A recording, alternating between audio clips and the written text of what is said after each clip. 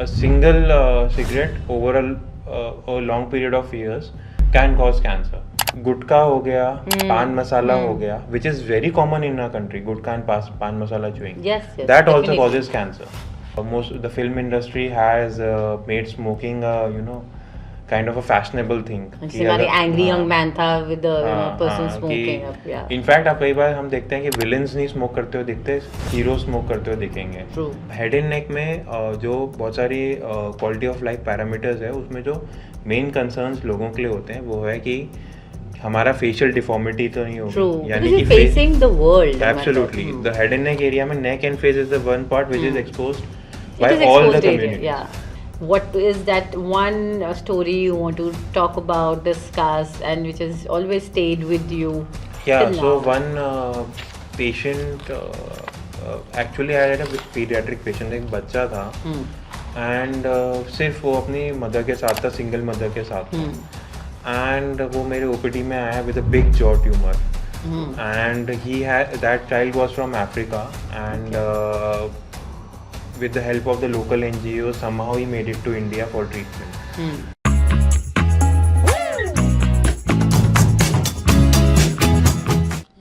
So February is the World Cancer Month, जहां हमने last month cervical cancer awareness campaign किया था, where we had an overwhelming response with not just girls and females but boys, men and even senior citizen.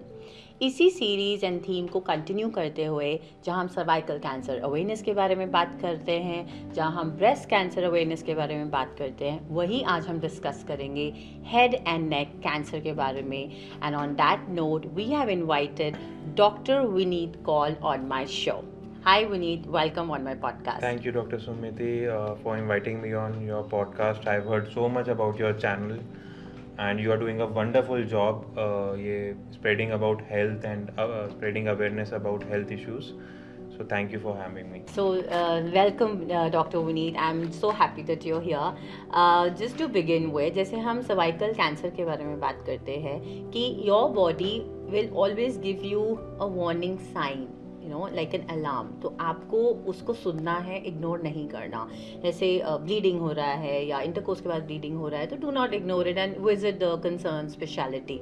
So in your speciality when we talk about head and neck area, हम क्या क्या ऐसे symptom, ऐसे science होते हैं जिसको आपको ignore नहीं करना. मतलब सेम टाइम कि आप पैनिक नहीं हुए कि एक पिंपल है एंड यू आर पैनिकिंग कि कहीं कैंसर तो नहीं है, but at the same time do listen to your body. So, as talking about head and neck area, so what is head and neck? What are head and neck cancers? So this area involves area below the brain up to the collarbone, that is above the lungs.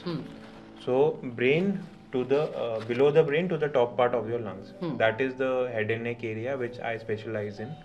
अब इसमें हमारे कौन कौन से body parts हैं, ये बहुत ही crucial area है. इसमें हमारा फेस है, फेस की बोन्स है, lot of nerves exit the brain, go into the rest of the body, pass through this area. Thyroid gland है, salivary glands है, oral cavity यानी कि माउथ है, तो उसमें जॉ आ जाता है, टंग आ जाता है, larynx थ्रोट है, back of your mouth है which we call oropharynx, sinuses है, and there is an area called nasopharynx which is back of the nose. So these all areas can be affected by any form of cancer. So symptoms उनके according हमें मिलते हैं. So some symptoms are कि आपको कोई face पे या नेक पे आपको कोई लंप मिल सकता है. So that lump, if it is persisting, say for more than 15 days, then that is an alarming sign. तब आपको you should get it checked up. आपको चेक कराना है स्पेशलिस्ट के पास जाके. Apart from it, मुंह के अंदर कोई रेड पैच हो, वाइट पैच हो, या फिर कोई अल्सर हो जो 15 डेज से हील नहीं हो रहा हो विद नॉर्मल ट्रीटमेंट, वो एक अलार्मिंग साइन है. खाने में दिक्कत हो रही हो, यानी कि पेन ड्यूरिंग स्वॉलोइंग, निगलने में पेन हो रहा हो, वॉइस में चेंज हो, ठीक है, ये हमारे कुछ अलार्मिंग सिम्टम्स है of head and neck region. इसमें जैसे हम बात कर रहे हैं सिम्टम्स के बारे में, हम अपने कमिंग टू द लाइफस्टाइल की, हम अपने लाइफस्टाइल में ऐसा क्या करें कि सिम्टम्स ना हो। जहाँ हम बात करते हैं अल्कोहल स्मोकिंग के बारे में, हम देखते हैं कि इवन स्मोकिंग के सिगरेट पैकेट्स में it's always mention, there is always an unpleasant picture, but कहीं ना कहीं still there is an audience, there are people who do it. Especially like in my OPD, when people come to me and they say I smoke, and like especially Gurgaon की हम बात करें, you are already having that much of passive smoking. So if you hate yourself so much, then you do smoking. So I think lifestyle का कितना important role है.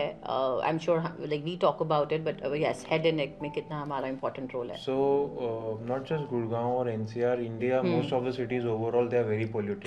True. तो वैसे ही air quality pollution को हम inhale करते ही हैं. So apart from it, yes, आपने ऐसे बोला कि tobacco products, tobacco के related products जैसे कि cigarettes, cigars. These days even lot of people think vape is safe, vaping is safe, but vaping also causes cancer. That is, I want the viewers to know about it. Vaping also has a risk of developing cancer. Apart from it, even though the government statutory बोलती है कि packets में हम cigarette के labels डालते हैं, pictures डालते हैं जो थोड़े से अनप्लेजेंट होते हैं कैंसर के, बट वो सिर्फ टोबैको प्रोडक्ट्स में है. गुटखा हो गया, पान मसाला हो गया, which is very common in our country, gutkha and paan masala chewing, that also causes cancer. So people are not aware of this. Apart from it, heavy alcohol usage, क्योंकि अल्कोहल हमारी बॉडी में फॉर्मल्डिहाइड में कन्वर्ट होता है, and that itself is a carcinogen, यानी cancer causing agent है. So heavy alcohol consumption can also cause cancer. So this all covers the cancer. से oral cavity है, mouth है, tongue है, तो कोई गुटखा पान मसाला लेंगे या टोबैको या स्नफ लेंगे तो उससे ये कैंसर्स हो सकते हैं. स्मोकिंग जो करेंगे उनको थ्रोट कैंसर्स का रिस्क है, इंक्लूडिंग हुक्का भी लोग मानते हैं कि हुक्का से नहीं होता है. एक फैशन भी इसके साथ बहुत ज़्यादा लिंक्ड है कि if you not doing it, you are may be आप अपने पीयर्स के साथ या ग्रुप के साथ फिर आप what you will sit on it and talk about it. Right. So most the film industry has made smoking kind of a fashionable thing. हमारे angry young man था with the person smoking. In fact आप कई बार हम देखते हैं कि villains नहीं smoke करते हुए दिखते, हीरो स्मोक करते हुए दिखेंगे, है ना. So that is a contribution of the film industry. But apart from it, अच्छा, other than that skin cancer भी हो सकते हैं, क्योंकि face is the body part which is exposed to sun and UV rays. Yes. So UV rays से भी skin cancer हो सकता है. And sometimes genetically some people are predisposed. So ये common risk factors हैं जो lifestyle हम modify, ये हमारे हाथ में है, ये हम चीज़ें modify कर सकते हैं. हम sunscreen use कर सकते हैं, हम tobacco consumption, smoking छोड़ सकते हैं, हम गुटखा कंजम्पशन, पान मसाला कंजम्पशन छोड़ सकते हैं. बिल्कुल ही बंद करना, ये नहीं कि आप थोड़ा सा खा लो, कभी खा रहे हैं. Absolutely, क्योंकि even a single cigarette over a long period of years can cause cancer. And इसमें if I talk about like many people say कि मैंने पहले 10 साल तक बहुत करी थी, like 10 packets a day, and now I have stopped maybe for more than 5 years or 10 years. So even that helps. So that helps, that reduces the risk, but you still be at risk for your entire life. So अगर आपने कभी भी किसी time पे for a long period of time consumption करी है of these noxious products, तो आपको कैंसर का रिस्क हमेशा लाइफ लॉन्ग रहेगा. Yes, अगर आप छोड़ेंगे, सपोज आज 100% है, आज आपने आज छोड़ दिया, तो आज से 1 साल बाद वो 50% तो हो जाएगा. So at least हमें कहीं पे स्टार्ट तो करना है. Don't say कि हमने एक बार शुरू कर दिया अब क्यों छोड़ना है. छोड़ने से फायदा ही होगा, नुकसान नहीं होगा, बट बिल्कुल नहीं करने से और भी ज़्यादा फायदा है. यहाँ पे अगर मैं डाइट के बारे में बात करती हूँ, we all know we have to eat healthy, जैसे कि वी नो रिहाइड्रेटिंग, कि फ्रेश वेजिटेबल्स खाइए, फ्रोजन ना खाइए. Your take on that? So I feel that for the entire body to process the bad cells in the body, जो cancer causing cells, अगर कोई cancerous cells बनते हैं in the early stage, उनको dispose of करना, उनको eliminate करना, so body needs its supply of all the micronutrients, the nutrients, the vitamins. And ये सब चीज़ें हमारे लिए जो naturally जो हमें available है वो ही काफ़ी है इन चीज़ों के लिए. We don't need to take any supplement. So good diet is the most crucial factor. I think go back to basics. जैसे फिर से organic और वो सब आ रहा है. Yeah. जितना ऑर्गेनिक हो सके, हम्म कुछ लोग कहेंगे बिल्कुल ऑर्गेनिक पॉसिबल नहीं है, आई एग्री, बट जितना ऑर्गेनिक हो सके, जितना हम्म पेस्टिसाइड फ्री हो सके, हम्म उतना और अच्छा है। एंड जो हमारी डाइट है उसमें हमें फ्रूट्स वेजिटेबल्स हम्म बहुत ज़्यादा जितने कंज्यूम करें उतना अच्छा है। हम्म वाटर 2 to 3 लीटर, इंडिया ऐसी कंडीशन में जहाँ पे हम एक वार्म कंट्री है, एक हॉट कंट्री है हम्म एक्चुअली, 2 से 3 लीटर पानी पीना चाहिए एक दिन में। हम्म सो ये सब चीज़ें अगर हम रेगुलर बेसिस पे करेंगे, हम्म और एक्सरसाइज का भी रोल है। हम्म to add on to the exercise, like I was just going through the data, like कि जितने हमारे स्पोर्ट्स पर्सन हैं और जितने हमारे एक्टर्स हैं हॉलीवुड बॉलीवुड सबको मिला के, the percentage of people suffering from cancer is actually very low. सो कहीं ना कहीं exercise, knowing your body is a very important role. Yeah, so exercise to the level of not overdoing it. Yes. So I feel in fact जो sports persons हैं they are ideal, क्योंकि वो sports में उनको क्या होता है, वो इवन जो हार्मफुल चीज़ें होती हैं उनका कंजम्पशन भी नहीं रखते, उनकी डाइट भी अच्छी रहती है और एक्सरसाइज भी अच्छी रहती है। So we can really emulate them, और डेफिनेटली उनमें कैंसर का रिस्क सबसे ज़्यादा कम है, क्योंकि वो टाइमली खाना खाते हैं, टाइम पे रोज़ डेली एक्सरसाइज करते हैं, एटलीस्ट सम फॉर्म में एक्सरसाइज। हमें भी, हमारे लिए, सबके लिए पॉसिबल नहीं है कि हम स्पोर्ट्स पर्सन की तरह हैवी एक्सरसाइज करें, या true. But doing that 10-15,000 steps a day, या फिर 60 मिनट्स की any exercise, any yoga, deep breathing, even those small steps are very good and crucial for staying cancer free.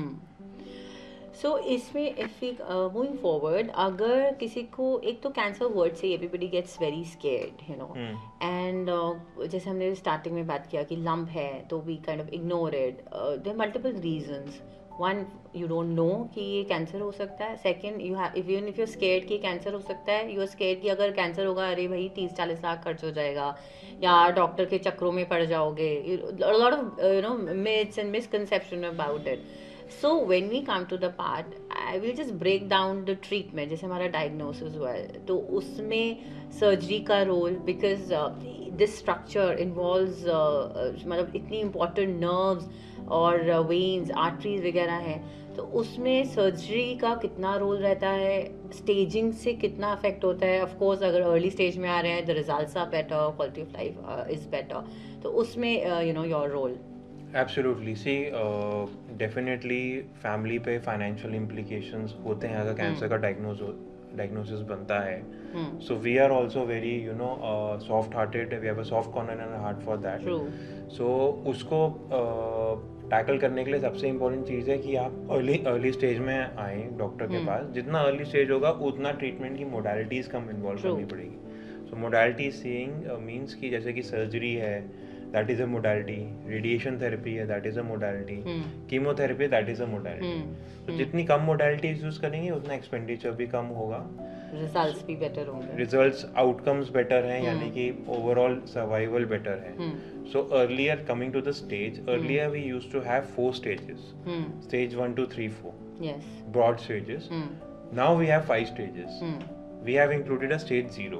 yes. So stage 0, even it's a lot of people are talking about it. What is stage 0? See, it's not a new stage. It is just that before even cancer develops, यानी stage 1 भी ना हो, उस pre cancerous potentially malignant या pre malignant condition को ही हम treat कर दें ताकि कैंसर नहीं बने. तो स्टेज 0 डायग्नोस करना भी आजकल के लिए बहुत इंपॉर्टेंट है. उसके लिए कहीं पे भी देखिए, आजकल इंडिया में भी आपको हेल्थ केयर वर्कर तो कोई मिल ही जाएगा to get yourself checked up. So अगर आपको कहीं पे लग रहा है कि जो मैंने सिम्टम्स अभी बताए हैं उसमें से कुछ भी है, तो आप अपने आप का चेकअप अर्ली करवा लें. ये नहीं डिले करें. ठीक है, अगर थोड़ा बड़ा होता है या बढ़ता है, ठीक नहीं होता है, फिर हम कराएंगे. जल्द से जल्द कोई प्रॉब्लम है, जल्द से जल्द उसका ट्रीटमेंट लेना चाहिए. और अगर स्टेज 0 में मिल गया तो we can arrest it there, treat it there, and बहुत ही अच्छा आउटकम रहता है. 100% किसी को आगे जाके कैंसर नहीं बनता है. उसके बाद हम आते हैं स्टेज 1 and 2, जिनके हमारे आउटकम्स इज अराउंड 10% अच्छे ऑन्कोलॉजिकल आउटकम्स हैं. सो ये स्टेजेस हमारे, हम अच्छे रिजल्ट दे सकते हैं. Now coming to stage 3 and 4, इसमें हमें एक सर्जरी से ज़्यादा एक्स्ट्रा मोडालिटी यूज़ करनी पड़ती है. जैसे कि सर्जरी के साथ साथ हमें रेडिएशन थेरेपी या कीमोथेरेपी भी ऐड करनी पड़ेगी. But the good thing about head and neck cancers is कि जैसे लोग क्या समझते हैं, जैसे in the old times people like seeing from all the movies, Anand movie है कि स्टेज 4 में तो कैंसर ट्रीट ही नहीं होता है. हेड एंड नेक कैंसर्स में ऐसा नहीं है. ओवर लास्ट 2 decades कैंसर की ट्रीटमेंट इतनी अच्छी हो गई है कि even stage 4 is curable. And the quality of life. Quality of life is also good. Better. So, इसमें now that you touched upon quality of life, because such important structures are there. जब हम face की बात करते हैं या even if it affects your voice box या thyroid gland, because such important nerves and veins, everything is going as we discussed. इसमें आपकी swallowing इफेक्ट हो सकती है, आपकी हेयरिंग इफेक्ट हो सकती है, आपका फेस इफेक्ट हो सकता है, आपकी लॉट ऑफ दोज मतलब basic functions, if I should put it that way, can get affected due to the lump जो एक कैंसर की वजह से that is pressing upon those nerves, या फिर सर्जरी की वजह से when we are removing that lump the nerves can get affected. तो what is the role, if I should put it in this way, कि multidisciplinary approach जो हम कहते हैं कि reconstructive therapy, कि जब हम maybe we have to involve plastic surgeon face के लिए, so on that the importance of that, because ना सिर्फ कैंसर रिमूव करना है हमें उस पेशेंट को एक अपनी नॉर्मल क्वालिटी ऑफ लाइफ वापस देनी है. Absolutely. So head and neck cancers में ब्रॉडली देखिए, पहले तो हम जब भी कोई कैंसर सर्जरी करते हैं, number 1 important thing on our mind is that cancer free होना चाहिए patient. So in the right from the beginning we started when we started the treatment of cancer, first thing on our mind is oncological outcome. यानी कि जब हम cancer treat कर रहे हैं तो आगे जाके कहीं कैंसर वापस तो नहीं आ रहा, लाइफ की एक्सपेक्टेंसी कम तो नहीं हो रही है. सो बट अभी recently with advances a lot of the scenario has changed कि हम ऑन्कोलॉजिकल आउटकम पे कॉम्प्रोमाइज ना करके वो भी और अच्छा करके हम क्वालिटी ऑफ लाइफ भी अच्छी दे रहे हैं. अब हेड एंड नेक में जो बहुत सारी क्वालिटी ऑफ लाइफ पैरामीटर्स है, उसमें जो मेन कंसर्न्स लोगों के लिए होते हैं वो है कि हमारा फेशियल डिफॉर्मिटी तो नहीं होगी, यानी कि facing the world. Absolutely, the head and neck area में neck and face is the one part which is exposed by all the community. So एक तो ये है फेशियल डिफॉर्मिटी. उसके बाद अगर हम और जैसे माउथ एंड थ्रोट की भी बात करें तो क्या हम प्रॉपर्ली स्पीच हमारी नॉर्मल रहेगी, बोल सकेंगे कहीं प्रॉपर्ली, खाना सही से खा सकेंगे कि नहीं. तो ये 3 मेजर कंसर्न्स होते हैं. So we were not very the surgeons were not facing a lot of stress on the putting a lot of stress on the cosmesis part. But लोगों के लिए, पेशेंट्स के लिए हमने ओवर द ईयर्स देखा कि कॉस्मेसिस यानी फेशियल डिफॉर्मिटी ना हो, cosmetically acceptable appearance of face का, वो बहुत इंपॉर्टेंट है. So nowadays for us also surgeons we are trying to bring this change in trend, that हम भी ध्यान रखें कि लोगों के फेशियल डिफॉर्मिटी या कोई भी नेक की डिफॉर्मिटी कम हो. सो उसके लिए as you rightly pointed out, हम प्लास्टिक सर्जन्स को मैक्सिमली इन्वॉल्व करते हैं. प्लास्टिक सर्जन्स जैसे ही हम कोई कोशिश करते हैं कि पहले तो फेस पे कोई एक्सटर्नली एक्सपोज फेस का जो पार्ट है उधर कोई कट ना है, जैसे कि चिन पे, आई के नीचे या जॉ पे, लिप पे कोई कट ना है. सो उसके लिए हम लोग क्या करते हैं, we use minimally invasive techniques, say for example endoscopes or the robotic surgical technique, जैसे कि robot use करके हम surgery करते हैं. So that allows us to go to the mouth and do the surgery. Apart from it, एक बार जो अगर हमने कट लगाया है तो उसको रिकंस्ट्रक्ट करना है to provide the normal speech and swallowing. उसके लिए भी many a times we involve the reconstructive plastic surgeons.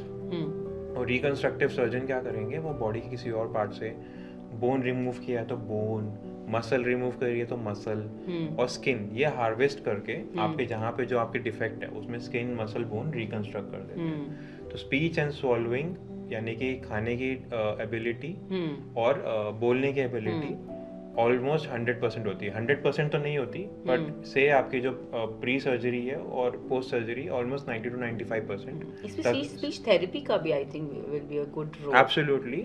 Once we are done with the surgery and we are done with the healing, so after post 3 weeks post the surgery, we do extensive speech and swallowing therapy also, and it brings all the patients back to normal food and speaking habits. यानी कि लोग phone पे बात कर पाते हैं, कुछ बोलेंगे फ़ोन पे नहीं दिख रहा है तब भी वॉइस रिकॉर्डिंग समझ में आती है.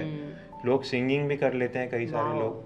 and many people, they enjoy their life without having any swallowing difficulty, जैसे कि solid food खा रहे हैं of all varieties. So that depends कि मतलब कि बेसिक चीज़ फंक्शन जैसे हम जैसे खाना खा रहे हैं, you we are using our tongue, हम बात कर रहे हैं, तो getting after diagnosis of cancer, you are getting that back to them is I think commendable job for a head and neck surgeon.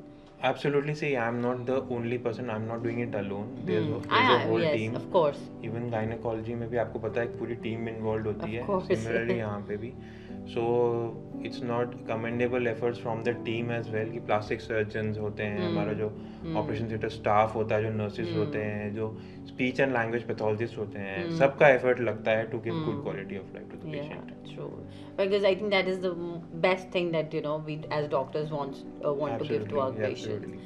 Now, जैसे हमने अभी रोबोटिक्स के बारे में बात करी है, तो touching upon the what is new, what is the advancement, if I talk about हमारे कैंसर सर्जरी में, थेरेपीज़ में, इम्यूनोथेरेपी है, टारगेटेड थेरेपी है, इसका कितना रोल है and how it's helping us to give that again quality of life back to the patients. Absolutely. So one is the latest advancement is the robotic surgery.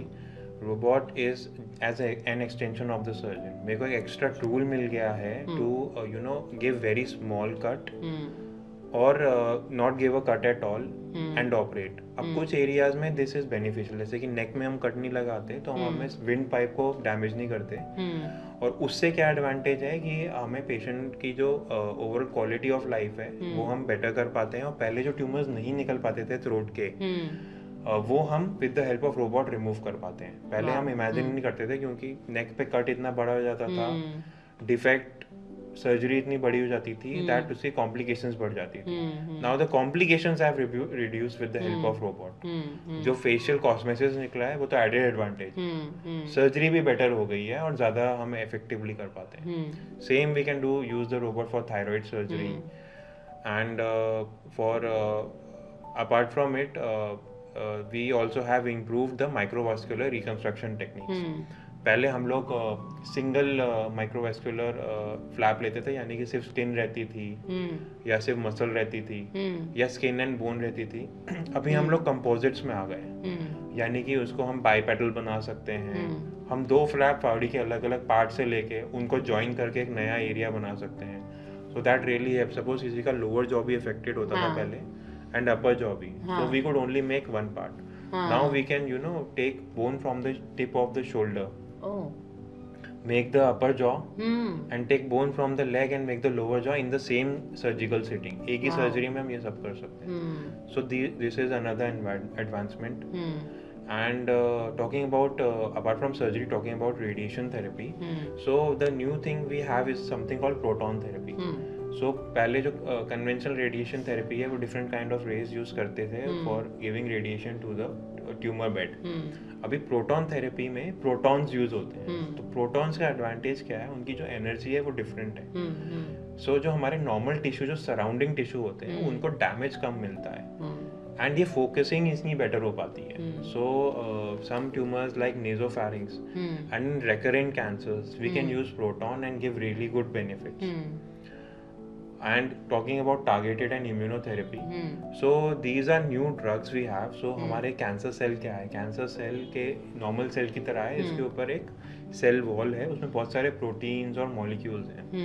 So targeted and molecule therapy में हम लोग पूरी cancer cells को destroy नहीं करते. जो हमारी normal conventional chemotherapy है उसमें सारी सेल्स के पाथवे इफेक्ट होते हैं, तो इसके फिर साइड इफेक्ट्स भी ज्यादा होते हैं. अब टारगेटेड में क्या है, जो एग्जैक्टली कैंसर सेल का टारगेट है जो सही से काम नहीं कर रहा, हम उसी को जाके अटैच करेगा, उसी सेल को किल करेगा. तो मोर प्रिसिजन बेसिकली, प्रिसिजन ज्यादा है, साइड इफेक्ट्स कम है. And it can be used in recurrent scenario, यानी कि किसी को वापस आ गया कैंसर, पहले कोई ट्रीटमेंट नहीं होती थी, now we can give therapy for that, और टॉलरेबिलिटी बेटर हो जाती है. एंड ये टैबलेट फॉर्म में भी फ्यूचर में almost all of it will be in tablet form. So किसी को इम्यूनोथेरेपी, टारगेट थेरेपी देनी है, आप सिर्फ टैबलेट देके वो काम चला सकते हैं. इसमें अगर मैं इम्यूनोथेरेपी को थोड़ा सा हम डिटेल में बात करें, लाइक व्हाट एग्जैक्टली इम्यूनोथेरेपी. जैसे टारगेटेड थेरेपी हमने समझा कि there are cells which are just सिर्फ सेल्स को ही किल कर रहा है, बाकी नॉन कैंसर सेल्स को अफेक्ट नहीं कर रहा. Immunotherapy is kind of increasing your immunity. या so immunotherapy in the form की जो हमारे जो ऑलरेडी जो इम्यून सेल्स हैं, ठीक है, वो जो हमारे हम एक मेडिसिन देते हैं, जो हम इम्यूनोथेरेपी की ड्रग देते हैं, वो जाके हमारे कैंसर सेल पे अटैच हो जाता है, वो particular molecule.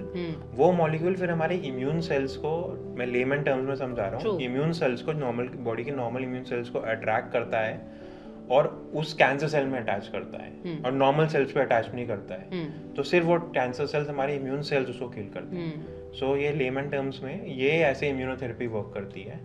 Targeted therapy immune cell को अट्रैक्ट नहीं करती, डायरेक्टली उसमें ऐसे टारगेट होते हैं कि कैंसर सेल को डिवाइड करने के लिए, ग्रो करने के लिए जो प्रोटीन चाहिए होते हैं, उस पर जाके अटैच करके वो पाथवे ही स्टॉप कर देती है, और वो कैंसर सेल्स डिवाइड या ग्रो नहीं होते हैं. सो टॉकिंग अबाउट कि इतनी एडवांसेस हुई हैं हमारे कैंसर ट्रीटमेंट में, you think if we talk about the future, we have like almost 100% जो कैंसर इतना स्केयर चीज़ है कि अरे मेरे को कैंसर हो गया, in the near future maybe we can eliminate. Yes, that is, अभी all our efforts is to cancer is like an epidemic nowadays. So पहले भी मेरे को लगता था, बट हम लोग रिकॉग्नाइज नहीं कर पाते थे. अब तो रिकॉग्नाइज होता है, डायग्नोज बेटर होता है, तो पता लगता है कि कैंसर है. डेफिनेटली. और सिर्फ हेड एंड नेक कैंसर नहीं, ब्रेस्ट कैंसर भी है, cervical cancer, gynaecological cancers, abdominal cancers. So एक कलेक्टिव एफर्ट है सभी सर्जन्स का, पूरी कम्युनिटी का, जिसमें हमारे पॉलिटिकल सपोर्ट भी चाहिए, हमें कम्युनिटी का, नॉर्मल इंडिविजुअल का, जनता का सपोर्ट चाहिए. एंड इसमें हम लोग नए नए और एडवांसमेंट करते रहेंगे, तो डेफिनेटली हमारा एम हमारा यही होना है फ्यूचर में कि कैंसर की से डेथ्स बिल्कुल 100% क्योर हो जाएगा, कैंसर की डेथ्स बिल्कुल खत्म हो जाएगी. So our fight will continue against cancer. Absolutely. So on that note, that brings us to the last segment, your heartwarming story. I'm sure इतने पेशेंट्स को हम ट्रीट करते हैं, we give them back their quality of life. What is that one story you want to talk about, discuss, and which has always stayed with you? Yeah, so one patient, actually I had a pediatric patient, एक बच्चा था, and सिर्फ वो अपनी mother के साथ था, single mother के साथ था. एंड वो मेरे ओपीडी में आया with a big jaw tumour, and that child was from Africa, and with the help of the local NGO somehow he made it to India for treatment. So मेरे पास आया, मेरे को देख के काफ़ी वो, मतलब एक तो पहले एक इमोशनल, हम लोग कोशिश करते हैं डॉक्टर्स की हमारा इमोशंस कुछ बाहर ना आए, बट फिर भी कभी कभी आ जाते हैं. very emotional and very spiritual. It is only that we have to wear that mask and not show our emotions. But sometimes that that stoicism, that mask comes off. True. और बच्चों को देख करके तो ये खासकर एक्चुअली इमोशंस आ ही जाते हैं. सो उसमें हमें चैलेंज आ रहा था कि एक तो ट्यूमर बहुत बड़ा था, मतलब I am talking about almost football size था वो, इतना माउथ से बाहर हैंग करके आ रहा था, and the child was only 5-6 years old. सो पहले मेरे पास बहुत बड़ा चैलेंज था कि will I be able to remove the tumour completely. Remove करेगा तो ब्लीडिंग कितनी होगी, और उसमें ऑलरेडी कुछ ब्लीडिंग हो रही थी ट्यूमर के अंदर, सो हीमोग्लोबिन भी उसका ड्रॉप हो रहा था. So urgently with the help of the whole team, the help of reconstructive surgeon, हमने क्विकली एक पैन फॉर्मुलेट किया, एंड उसको जल्दी से जल्दी हमने सर्जरी ऑपरेशन थिएटर में लिया एंड ट्यूमर रिमूव किया. एंड उस बच्चे के बाद में हमने रेडिएशन थेरेपी भी करी है. In such a young age we generally don't do it, but he had some high risk factors. And overall, after a year and a half, that child came back again for follow-up, and he was doing absolutely fine.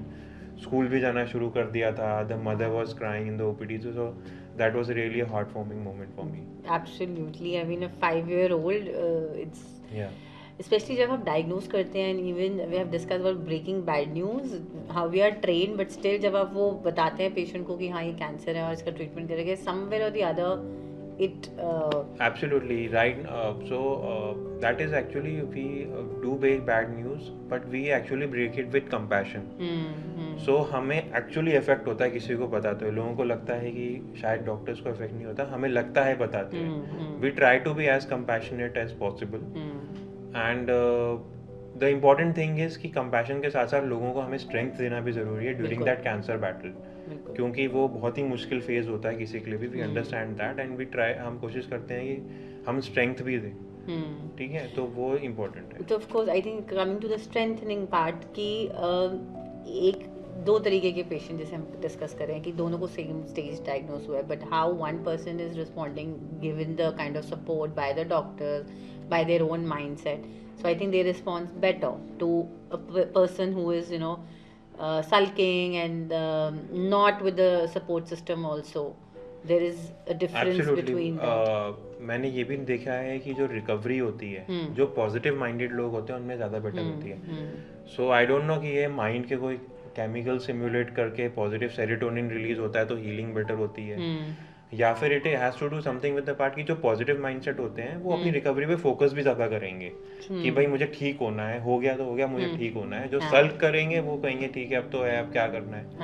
तो everything जो recovery में हमें exercise, post recovery exercise, diet सब ध्यान रखना है, वो शायद बेटर हो। सो ये सब चीज़ें देखते हुए मैं यही बोलूँगा लोगों को कि even your cancer diagnosis is here, don't worry, trust your doctor, trust your surgeon, trust your oncologist and have a positive mindset.